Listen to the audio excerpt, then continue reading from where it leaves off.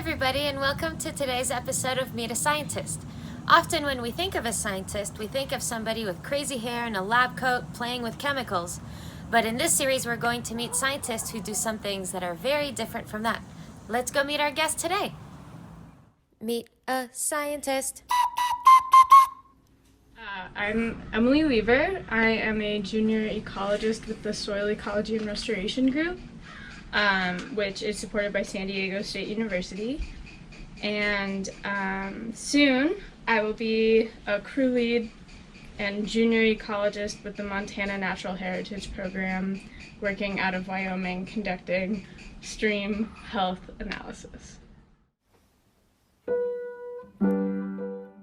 Generally, I study ecology, which is the study of ecosystems. It's kind of in the name, but basically like how the soil, plants, animals, and water are all interacting together. I also within that study restoration and disturbance ecology. I also right now look at how restoration ecology can serve a particular community or ecosystem. My group does that all the way from Coronado to Julian. We've worked at the US-Mexico border, and soon I'll be doing that in Wyoming. So it's pretty fun. I use a bunch of different types of tools. So there's the physical tools we use. I wish I had some to show you, but I don't. They're at the lab I work at. But we use something called transect tape, which is about 100 meters long, and that kind of can show us where we want to go. We can use tools like compasses and GPS, which I'm sure you're all kind of familiar with how GPSs work, but these are a little bit more clunky and old school and not quite the same as what you put in your phone. I also use a lot of books like floral guides that can help me identify what plants I'm looking at, maybe bird guides. Something called a density frame, which is basically just a 1 meter by 1 meter square of PVC. That's like the most widely used tool I know of in field science. And a meter stick, which I'm sure is in most of your science classrooms. Yeah, and then I use a bunch of other types of tools, like digital tools. So I use Microsoft Excel for statistical analysis, and online resources are really helpful. And then there's all of these professional tools that I use, such as networks of local scientists who know so much more than I do. It's one of the great things about science is that there's always someone who knows more than you do. And you should find that person and utilize what they know because they are so smart. Yeah, that's just some of the tools I use. Love that I get to visit really unique, interesting places that I might not normally be able to go.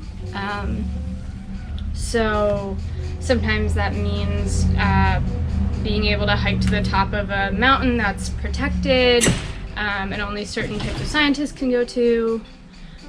Sometimes that means going to restricted parts of federal lands and Navy bases, and yeah, it's really cool to be able to see these like little hidden pockets of the world. I really like it.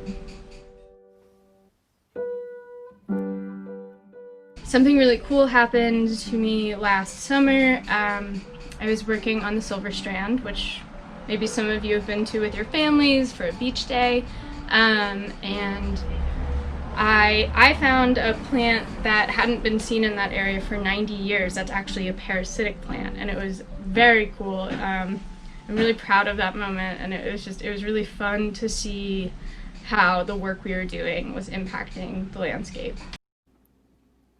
I really love learning, but I was never really good at sitting in a classroom and sitting still, and I think science, all sciences, but particularly ecology and field sciences, allow you to use what you're learning and apply it, and also be out in your world. And there's an aspect of science that is like problem solving. It's really cool to be in a discipline, like science as a discipline is something that's always changing and kind of keeps you on your toes.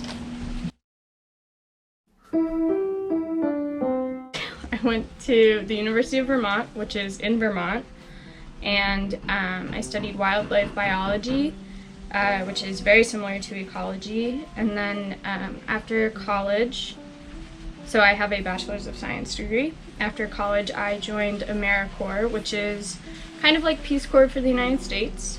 And I worked on a conservation crew that was based out in the Mojave Desert. We were working really close to Death Valley, and it was amazing. When I was in high school, I read a book for class, one of my classes, called Eating Animals. That was about how like human diets impact climate change, and that was like 10 years ago. And we know a lot more now, but it was like really, really meaningful to me as a 16-year-old, and I think it kind of struck a chord of like I should contribute to fighting climate change in whatever way I can. And I think there's a lot of different ways to do the field science that I do. And one of those ways is like through college and higher education, and the other way is just by contributing and volunteering your time and planting trees and building gardens and doing what is important. Meet a scientist. Thank you so much to Emily Lever for sharing all of what she does with us, and we look forward to seeing all of you on our next episode of Meet a Scientist.